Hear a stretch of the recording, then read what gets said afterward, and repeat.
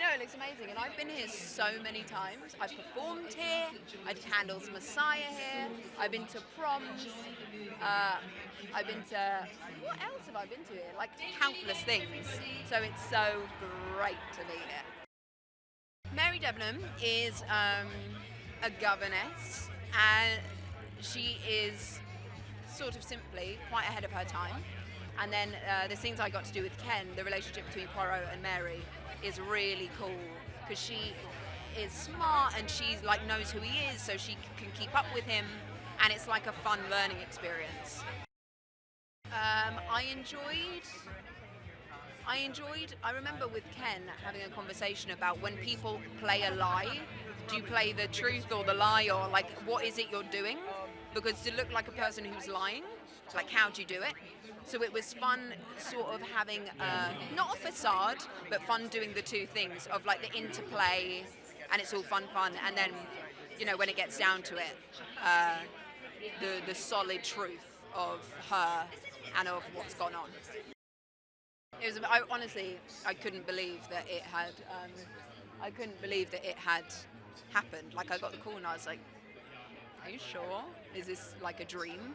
And then every day I was just blown away. And then it felt very wonderful and relaxed, and that in itself was wonderful because I didn't expect that going in. Just so lucky. Do you know, weirdly quickly, because I remember, apparently, because I can't remember it, at the beginning I went, that's bold. First thing I said, and Ken was like, good, and I was like, no, good, bold. And then you do sort of forget.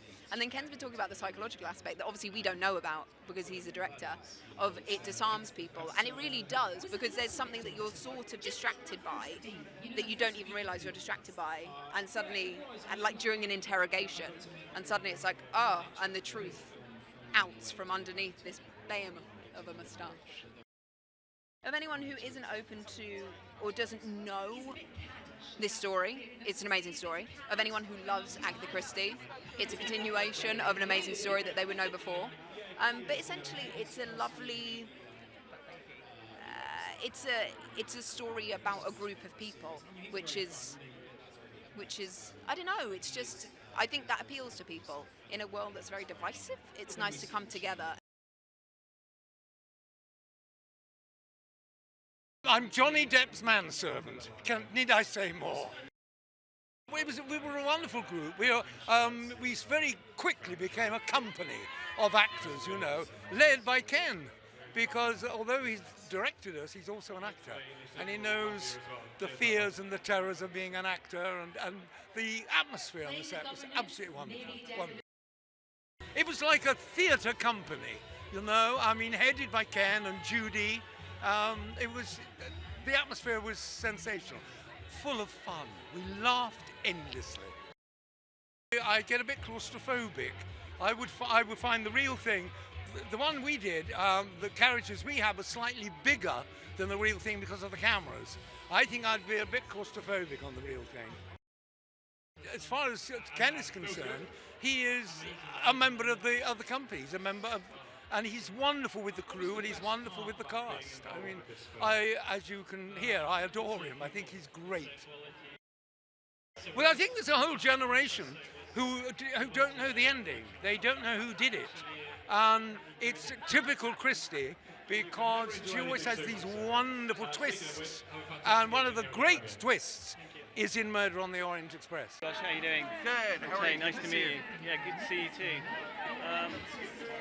We're just angling you so that we don't... Yes, where would you like me? That's good. If you... Great. I'm kind of there. That's perfect. Firstly, how is it? What do you make of this place? Well, it's stunning. I mean, is there a more incredible place to premiere a movie than this? I particularly love the torches. I feel like I'm like suddenly in the land of King Kong. It's a very like tribal, cool thing. No, but it's a thrill. I've never premiered a movie here, but it's now I'm going to be spoiled and demand that each one of my films premiere here. Yeah, I can see how that's going to work. You're going to turn up somewhere else and be like, yeah. No, guys, no. So, can you tell us a bit about your character without telling us too much? Yeah, Hector MacQueen is Johnny Depp's assistant. Covers up a lot of his secrets. And at a certain point, that starts to affect him a little bit. Now, whether or not he's a criminal or not, you'll have to see when the movie premieres. Derek Jacobi mentioned earlier that the camaraderie on this set came together very quickly and like very markedly. What was your experience of that? It was stunning because you don't know what to expect with this many personalities, but it was apparent to us on day one that this group just clicked, and there was a camaraderie that was exceptional, and we all made each other laugh, and everything was fun, so it made it easy. So Kenneth is wearing two hats in this production, probably more actually, but yeah. The two most obvious ones, he's in it and he's directing it. How does that work as a sort of working dynamic? It's amazing. You feel like you have not only a sparring partner, but you feel like you have somebody that you can trust on both sides of the equation. And because he understands the process of an actor, he's so sympathetic to what it takes in order for us to do our best work. And it's really an exceptional gift that he has to be able to juggle all of these things. And trust me, it was more than just acting and directing. Yeah, I mean, well, there's that moustache. Yeah, yes. Just wearing that alone required a lot of skill. Did you have moustache envy? I did have mustache envy. I mean, his was just so epic. Mine is just sad and paltry. Cool.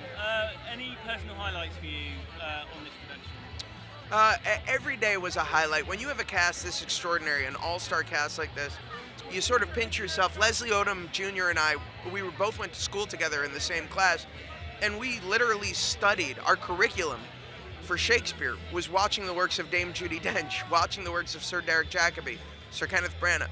Now being on a set, having them at your disposal, having them right there, it's unbelievable. It's wish fulfillment. Last question. This is a classic story. What are you hoping about it will resonate particularly with modern audiences? You know, there's something so refreshing as you sit back and you watch this movie on the big screen where you forget that Hollywood used to make these types of movies, and somewhere along the way they stopped. And in a market that's cluttered with the same kinds of movies over and over again, it feels like Murder on the Orient Express really stands out. And I'm excited for people to have the opportunity to see something completely different. Fantastic. Thank you. Thanks for your time.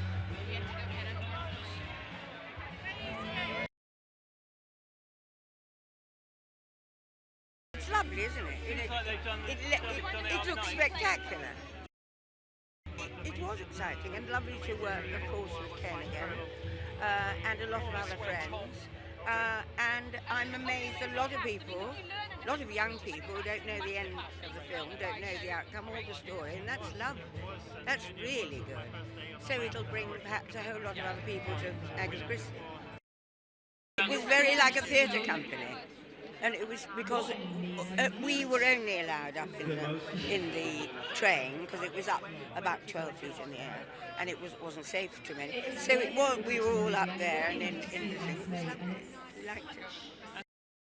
It is absolutely phenomenal, and down to just a little, a little handle on something, all completely faithfully reproduced, beautifully done. It's hell working with Ken Branagh. It's complete hell. That's why I've worked with him 10 times.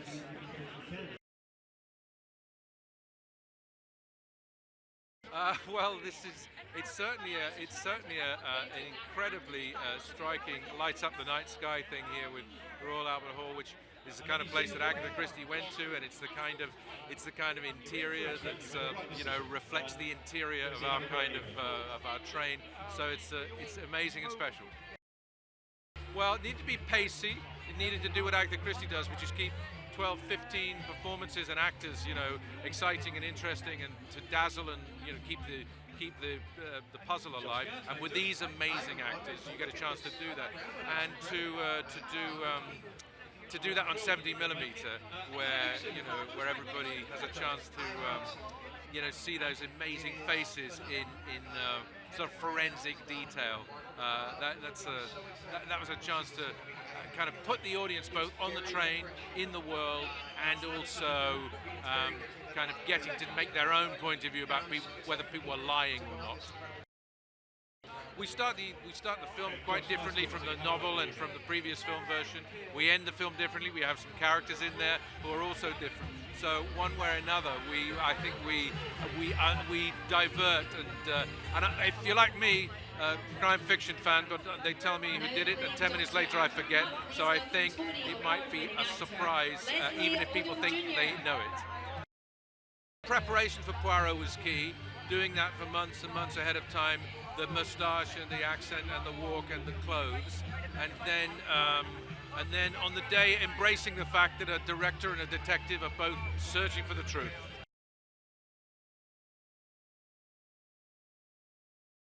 Dr. Arbuthnot is a man you can trust.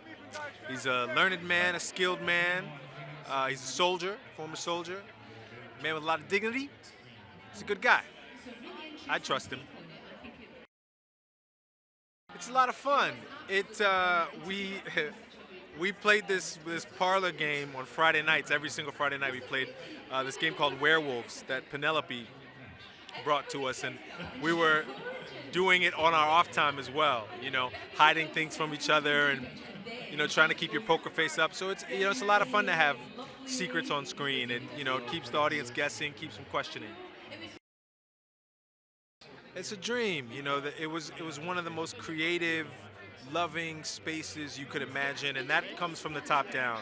That's Ken first, but it's also our top line big movie star actors, Michelle and Johnny, Penelope, Judi. They're really so generous, and they made it so that there was no competition on the set, no drama on the set. It was a beautiful place to work. Well, in terms of mustaches, there was no competition.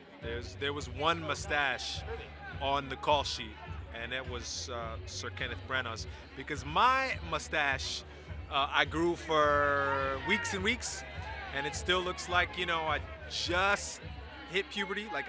Just. So there was no competition with that. Major mustache envy. I think Michael, our screenwriter, and Ken did such a great job of making the story a fun ride, a ride for modern audiences who have seen everything, but also making it inclusive and diverse, and trying to make that train car look like our coffee shops, trying to make that train car look like our house parties might be. So, yeah. It's extraordinary. It's amazing. I've never seen anything like it. I play the Countess Andrenyi, who's an ex-ballerina and has become decidedly nocturnal, and is a character shrouded in mystery. It was such an extraordinary experience and so unique. I mean, especially the way that Ken works. Because of his background in theatre, he has a very different and specific approach, which is nothing I've experienced before, and was a whole learning experience, but just the most incredible time. So. Most of the time on film sets, you assume you're going to have to kind of fill in the gaps and work hard to really feel in that time, in that place. But with this set, you arrive on set and it's done for you. You're completely transported. So the craftsmanship was stunning. I haven't been in there in some 20 years. On my way over here, someone told me that they didn't know of any other premiere here except for a Bond film. So feeling quite honored, and sometimes the venue is magnificent as hopefully the movie is itself. The task is nothing short of a joy. The chance to adapt Agatha Christie is just, it was playful, it was fun. We knew that if we got it right, it would be something that could be elegant and entertaining, and that if we did it right, an incredible cast might come together, and we couldn't have been even any luckier. We were thrilled with the process of making the movie and with the finished product, top to bottom. From day one, when we just actually explored the train itself, and then coming to a stage and seeing that it had been recreated on the stage, made even quite more grand.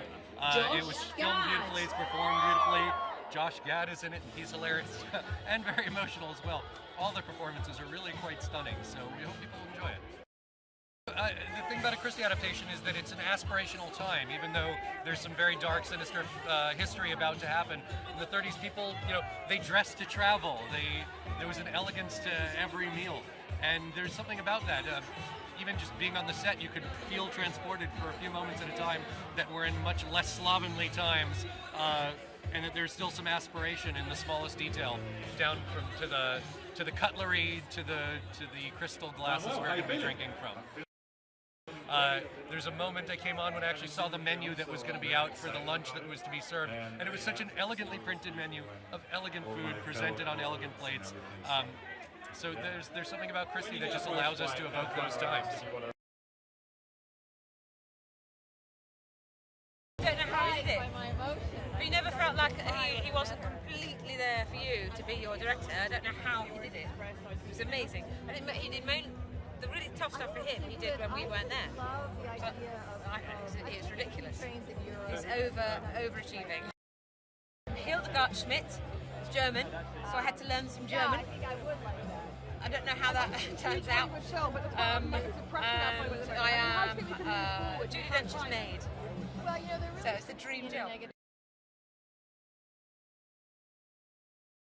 Well, it's an intriguing story, and there are many great performances, and it starts off beautifully in a beautiful sort of world of the Far East, and then very quickly the story becomes from a glamorous sort of journey as it begins. Suddenly you discover the murder, and then of course in steps Mr. Poirot, and before you know it we're in a dark tale. What was tricky about it was there was so many interviews by Poirot, interviewing all the characters. It was very tricky to get the kind of right tone of that, but also it's very emotional. You imagine it's going to be a straight whodunit. It's that, it's a mystery, but it's also very emotional. So it's less. It's tense. There's a couple of action moments, but it's far more emotional than you realise. He's done a phenomenal job. You've got to choose certain Eastern instruments, Western instruments. There's a real choice you have to make in order to create the tension for an audience. And he allows the music to blossom in a film. So I'm very lucky. Well, yes, I was actually. Funny enough, it's a good question. I actually saw a lot of an early sort of rough preview of just a 10-minute little taster between Ken and I in the studio, and I went away before my job officially began, and I wrote four conceptual pieces based on that stimulus, and one of them, and most of the ideas became and grew part of the film. So, but the most standalone moment is at the end of the film when you see a certain. I won't tell you the drama. There's a certain part of the film. There's enormously long, for maybe a 9-minute moment of music, more or less, and that's really the sort of climax of the story. And it's a very emotional moment, surprisingly, as I mentioned earlier. So that was a key moment.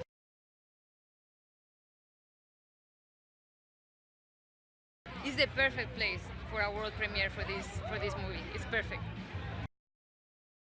Well, she obviously hides a secret like all the other characters. She has a very deep, dark trauma from the past, and she's trying to find a way to heal that. She's very, very religious, and she's finding a lot of peace without considering that she's coming from a very dark place. But all of them are hiding something.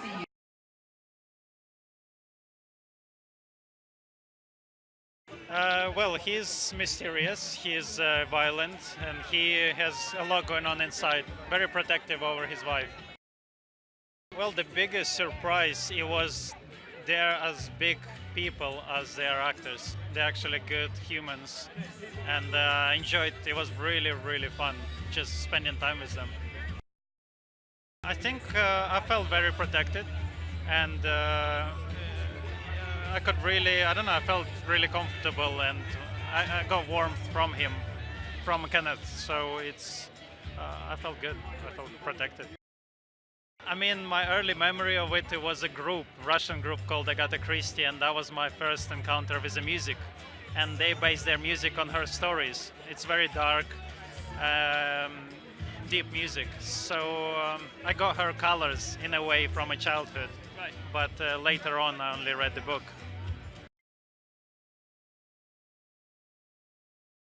My character is Book. I'm the manager of the Orient Express and also friend and companion to Mr. Poirot. So I become the Watson to his Holmes in this investigation.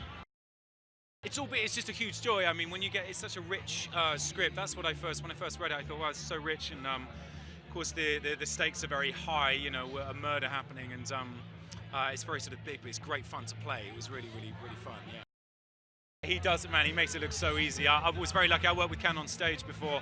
I'm watching him flow between the two. I just kind of got used to it now. He never ceases to amaze me every day. I was sort of mind-boggled by how he did it. He'd be acting us off the camera, he'd be directing the whole thing, and then he'd have time to crack a joke and make everyone laugh as well. He's a real inspiration. Puts the rest of us to shame.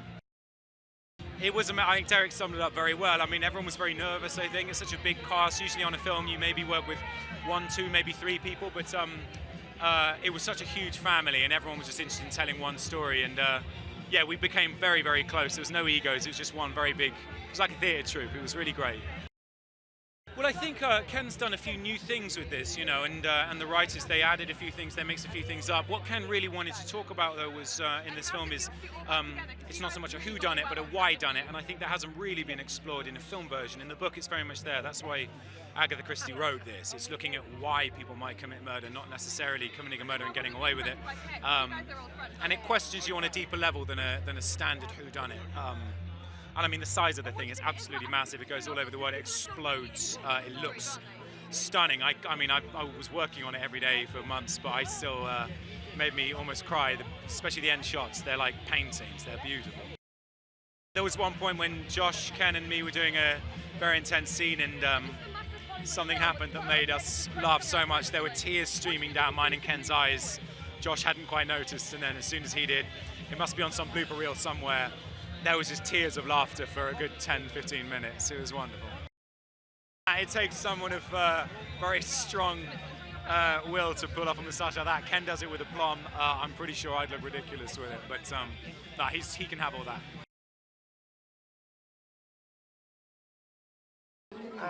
I just got here, so I'm talking to you. I haven't even checked it out yet, but it looks pretty fantastic. Can you tell us a bit about your character without too much? Yeah, I can tell you he's an Austrian professor of engineering, but in this film nothing is what it seems to be. It's true, you know, it's an ensemble, it's a true ensemble. I mean, everybody's there a lot of the time, and they're hanging out, supporting each other, and then people come forward for their big interrogation scene, and that's basically the structure of it. I mean, it's all held together by Ken. He's really the anchor to it all. But it was fun, and everybody was really decent, and people that had worked with Ken and really know how he works, so it was a real joy. It was truly fun. Amazingly well. I mean, one kind of unconventional thing he did was he shot some of his stuff first without anyone, so he could move very quickly, and he could, you know, take one of those hats off for a little while. Pretty unconventional, but I think it works pretty well. He's one of us. He knows what actors, you know, what most actors need or what most actors are interested in. So he's really good at getting people involved, making them feel loose, and having them do their best.